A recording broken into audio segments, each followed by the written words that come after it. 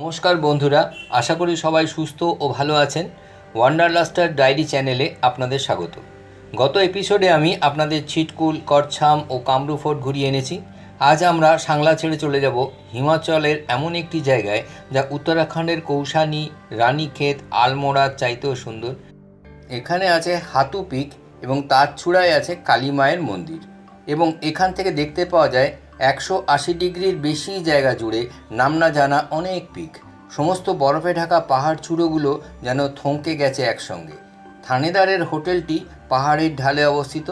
এখান থেকে সূর্যাস্ত এক কথায় অনবদ্য। এছাড়া এখানেই আপনি দেখতে পাবেন অনেক নিচে রূপালী শতদ্রু। দিন দুয়ে কাটানোর পক্ষে জায়গাটি খুবই সুন্দর। কিন্নর ক্যাম্পে ব্রেকফাস্ট শেষ করে আমরা গাড়িতে চড়ে বসলাম। আজ আমরা পাড়ি দেব 136 কিলোমিটারের মতো। রাতে থাকব হিমাচলের নব্য আবিষ্কৃত জায়গাগুলির অন্যতম থানেদারের বাঞ্জারা রিট্রিটে। পথে সাংলা ভ্যালি, করচাম ড্যাম, তারান্ডা দেবীর মন্দির, রক টানেল, রামপুর বুশেরের রাজপ্রাসাদ এবং অবশ্যই খুব ভালো করে উপভোগ করব শতদ্রু নদীর শোভা। সাংলা ভ্যালি দিয়ে চলেছি করচামের দিকে। রাস্তা ততটা ভালো নয় এবং খুবই বাঁকপূর্ণ এবং চওড়াও বেশ কম। কোথাও কোথাও তো কেবলমাত্র একটি গাড়িই পার হতে পারে। রাস্তার একপাশে চমৎকার ভ্যালি এবং বসপা নদী। গাড়ি এক জায়গায় দাঁড় করানো হলো। আমরা প্রাণ ভরে সাংলা ভ্যালি ও বসপা নদীর এবং ওপাশের পাহাড়ের ছবি তুললাম। করচাম ড্যাম এসে গেল। এবার আমরা আবার ন্যাশনাল হাইওয়ে দিয়ে চললাম। পথে এখন আমাদের পাশে শতদ্রু নদী। এসে গেল টারান্ডা দেবী অর্থাৎ মা শেরাওয়ালির মন্দির। সমস্ত গাড়ি এখানে থামে, আমাদের গাড়িও থামলো। আমিও গোকুলের পিছু পিছু মায়ের দর্শন করতে গেলাম। প্রসাদ নিয়ে এসে সবাইকে দিলাম। ভারী সুন্দর মন্দির, মায়ের ছবিও তুললাম। টারান্ডা দেবীর মন্দির পার হয়েই এসে গেল সেই ধসপ্রবণ এরিয়া। এখনও ধসের পাথর ও মাটি সরানোর কাজ চলছে। এখনও রাস্তা বেশ উত্তেজনাপূর্ণ, প্রচুর বাঁক।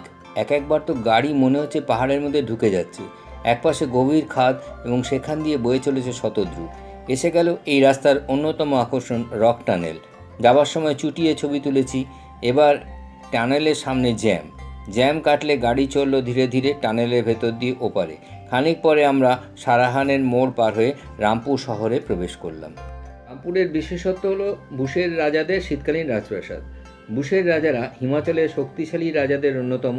শতদ্রুর ধারে 1005 মিটার উচ্চতায় রাজারা চমৎকার এই প্রাসাদটি বানান। প্রাচীনকালে রামপুরে একটি মেলা বসত, যাতে কাশ্মীর, লাদাখ, ইয়ারকান্দ এবং ভারতের সমতল ভূমি থেকে বণিকরা অংশগ্রহণ করত। কারণ রামপুর হলো প্রাচীন সিল্ক রুটের উপরে অবস্থিত একটি ছোট্ট গ্রাম।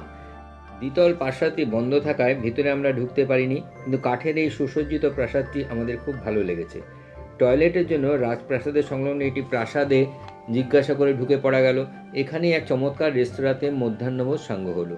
আবার আমাদের যাত্রা শুরু হলো থগ, নারকান্ডা হয়ে চলে এলাম কুমারসেন। এখানে শতদ্রুর উপর একটি ড্যামের নির্মাণ কাজ শুরু হয়েছে। চারদিকে ভারী ভারী ট্রাক ও ডাম্পারের দৌলতে ধুলোয় অন্ধকার। অবশেষে দত্তনগর থেকে আমরা আবার পাহাড়ে চড়তে শুরু করলাম থানেদারের পথে। পাইন ওকের জঙ্গল পার হয়ে যখন বাঞ্জারা রিট্রিটে পৌঁছলাম, তখন সূর্য অস্ত যাচ্ছে। বাঞ্জারা রিট্রিট হোটেলটি রাস্তার থেকে অনেকটা নিচুতে।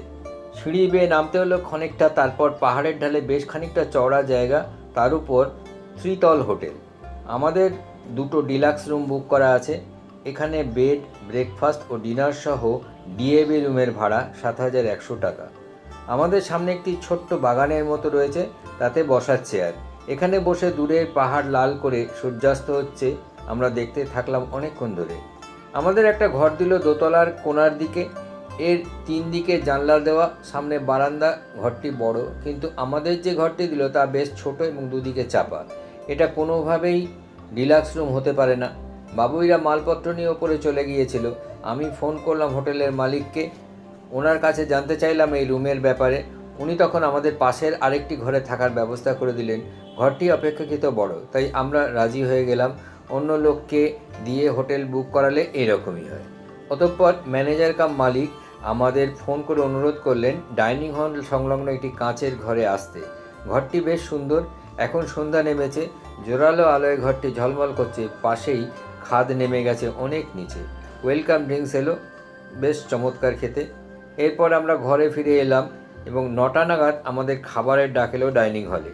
বেশ বড়সড় কাঠের ঘর, চারদিকে বিশাল বিশাল জানলা, বুফে ডিনার সাজানো আছে, অনেকে খেতে বসে গেছেন। মেনু দেখলাম স্যালাড, আপেলের ফ্রুট স্যালাড, বিভিন্ন ধরনের আচার, পাঁপড়, ডাল মাখানি, পালং পনির, ফুলকপির তরকারি, চিকেন কোরমা ডিম সেদ্ধ দিয়ে সাজানো ও গোলাপ জামুন। খুব ভালো রান্না, বিশেষ করে ছোট ছোট বলের মতো গোলাপ জামুন। ঘরে ফিরে খানিক গল্প করে এলাম এবং রুম হিটার ও ব্ল্যাঙ্কেট অন করে শুতে গেলাম তখন বাইরে বেশ ঠান্ডা পড়ে গেছে। অ্যালার্ম দেওয়া ছিল সকাল 6টায়। আমার ইচ্ছা শতদ্রুর উপরে ছবি তোলার। শুনেছি হোটেল থেকে বেশ খানিকটা হাঁটতে হবে। আমি তৈরি হয়ে ক্যামেরা ইত্যাদি নিয়ে বাইরে এলাম। সামনে শুনশান রাস্তা ধরে হাঁটতে থাকলাম। চারদিকে আপেল বাগান, তবে পত্রহীন। প্রচুর পাখি ওড়াউড়ি করছে। মাঝে মধ্যে একটা মোড় আসছে, সেখানে কিছু ঘরবাড়ি, দোকানপাট। অনেকটা হাঁটার পর সামনে পড়ল বরফে ঢাকা পাহাড়ের সারি এবং অনেক নিচে ফিতের মতো শতদ্রু। প্রাণ ভরে ছবি তুলে ফেরত এলাম। পাহাড়ের সারি অনেকটা চকরি বা কৌশানির থেকে দেখা যেমন যায় অনেকটা ওই রকমের।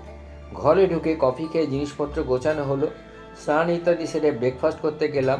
একটা প্লেটে এখানকার আপেল, ফ্রুট জুস, দুধ কর্নফ্লেক্স, মেয়োনিজ দেওয়া স্যালাড, ব্রেড, অমলেট, মশলা চা ইত্যাদি খেয়ে নিলাম জম্পেস করে, কারণ আজ অনেকটা পথ যেতে হবে, প্রায় 136 কিলোমিটারের মতো পাহাড়ি পথ। 9:30 নাগাদ আমরা বেরিয়ে পড়লাম তানি জুব্বার লেকের উদ্দেশ্যে। তানি জুব্বার লেক থানেদার থেকে 10 কিলোমিটারের মতো দূরে এবং 2400 মিটার উচ্চতায় অবস্থিত। লেকটি ছোট এবং চারদিকে দেওদার, পাইন এবং আপেল গাছ দিয়ে ঘেরা। লেকের একপাশে নাগদেবতার মন্দির। প্রতি বছর এখানে একটি মেলা অনুষ্ঠিত হয় নাগদেবতার পূজা উপলক্ষে। এই লেকটি সিমলা ও নারকান্ডা থেকেও বেরিয়ে নেওয়া যায়। মেলার সময় মহিলারা হিমাচলের ট্র্যাডিশনাল ড্রেস পরে আসেন। দেশ বিদেশের ফটোগ্রাফাররা হাজির হন ছবি তোলার জন্য। লেকের চারদিকে পাকা রাস্তা, একপাশে ঘন জঙ্গল যা ফেন্সিং দিয়ে ঘেরা। লেকের জলে দেওদার গাছের ছায়া। খুব ভালো লাগলো ছোট্ট লেকটি। এবার রাস্তা ঘুরে ঘুরে উপরে উঠেছে। ঘন জঙ্গলের ভেতর দিয়ে রাস্তা, চারদিকে দেবদারু, পাইন, ওক ইত্যাদি গাছে অন্ধকারাচ্ছন্ন। রাস্তা বেশ সরু। উল্টো দিক থেকে এই মুহূর্তে কোনো গাড়ি আসছে না, তাই লোকে না হলে সাইড করতে হতো। আমরা চলেছি সিমলার দ্বিতীয় সর্বোচ্চ পিক অর্থাৎ হাতু পিক দর্শন করতে। এই মুহূর্তে গাড়ির গতি প্রকৃতির উপর দৃশ্যাবলী পরিবর্তন হচ্ছে। কখনো বাঁদিকে ভুবনজোড়া পিকের সারি, অনেকটা কৌশানি, বিনসার বা চকরি থেকে যেমন 180 ডিগ্রি ভিউতে নানান পর্বতশৃঙ্গ দেখা যায়, তার মধ্যে আছে নন্দাদেবী, ত্রিশূল, নন্দাঘুন্টি, পঞ্চচূল ইত্যাদি। এখান থেকেও তেমনি পিকের সারি চোখে পড়ছে। এছাড়া ডান দিকে যখন চোখে পড়ছে তখন ঘন জঙ্গল দেখতে পাচ্ছি। গোকুল কোনো হর্ন দিচ্ছে না, গাড়ির গতিবেগ বেশ ভালোই। অবশেষে আমরা 3400 মিটার উচ্চতার হাতু পিকের শিখরে উঠে পড়লাম। শিখরে হাতু মাতার মন্দির। পাহাড়চূড়াটি অনেকটা প্লেন জায়গা জুড়ে, তার উপর ছোট্ট মন্দির, হাতু মাতার বা কালী মায়ের মন্দির। গাড়ি যেখানে থামলো তার সামনে বেশ বড়সড় তোরণ, সেখানে সার দিয়ে দাঁড়িয়ে আছে অনেক গাড়ি। আমরা গাড়ি থেকে নেমে চললাম সামনে সুদৃশ্য কাঠের মন্দিরটির দিকে। মন্দির চত্বরটি বাঁধানো। আমরা ধীরে ধীরে মন্দিরের দিকে এগোলাম। এখানে ছবি তোলা বারণ, তাই ক্যামেরা, মোবাইল ইত্যাদি চলে গেল ব্যাগের ভিতরে। সিঁড়ি দিয়ে উপরে উঠলাম, মায়ের দর্শন হলো। এবার মন্দিরের চতুর্দিকে প্রদক্ষিণ করলাম। চমৎকার জায়গায় মন্দিরটি। এবার আমরা নিচে নেমে এলাম এবং চললাম সামনের দিকে, যেখানে দেখতে পাচ্ছি দিগন্ত জোড়া নানান পিকের সারি। ধীরে ধীরে আমরা সেই জায়গায় এলাম যেখান থেকে চমৎকার ভিউ পাওয়া যাচ্ছে। আকাশ ঝকঝকে পরিষ্কার নয়, তা সত্ত্বেও আমরা দেখতে পাচ্ছি আমাদের সামনে বিভিন্ন উচ্চতার পাহাড়ের সারির পার হয়ে দূরের আকাশ জুড়ে ছড়িয়ে রয়েছে পরপর অনেক শৃঙ্গ। এদের মধ্যে আছে দেওটিব্বা 6001 মিটার ও কিন্নর কৈলাস 6050 মিটার। আরও বহু পিক 180 ডিগ্রি বেশি দৃশ্যপট জুড়ে রয়েছে। কিছু মানুষ ছবি তুলছেন, আমরাও ছবি তুলতে থাকলাম। এ দৃশ্য আমি আগেও দেখেছি কৌশানি, বিনসার, চকরি থেকে। তবে সেক্ষেত্রে আমরা দেখেছি কাছেই ডিসপ্লে দেওয়া ছিল নানান পাহাড়ের নাম, যেমন নন্দাদেবী, নন্দাঘুন্টি, কেদার পিক, ত্রিশূল, পঞ্চচূলি ইত্যাদি। এখানে সেরকম কিছুই নেই, গুগল খুঁজেও কিছু পাওয়া গেল না। তাই আপনাদের কাছে অনুরোধ, কারুর এই অসাধারণ পিকগুলির নাম জানা থাকলে একটু জানাবেন। অনেকক্ষণ লাগলো আমাদের ধাতস্থ হতে। ছবি তোলা যেন শেষ হতেই চায় না। এত পরিষ্কারভাবে এতগুলো পিক আবার কবে দেখব কে জানে।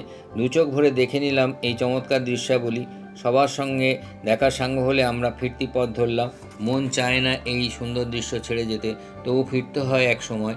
তাই আমরা একে একে গাড়িতে উঠলাম হাতু মাতাকে প্রণাম জানিয়ে। ফেরার পথে অনেকবার দাঁড়িয়ে আগুপিছু করতে হলো এবং অবশেষে আমরা নারকান্দা ফাগু হয়ে সিমলার রাস্তা ধরলাম। আজ আমরা চলেছি চণ্ডীগড়ের পথে।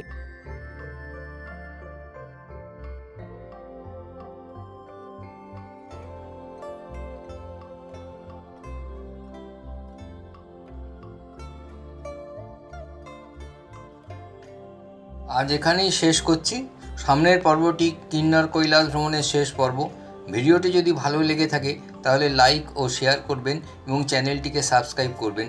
এছাড়া বেল আইকনটিকে প্রেস করবেন, তাহলে আমি কোনো ভিডিও লোড করলে আপনার কাছে নোটিফিকেশান আসবে।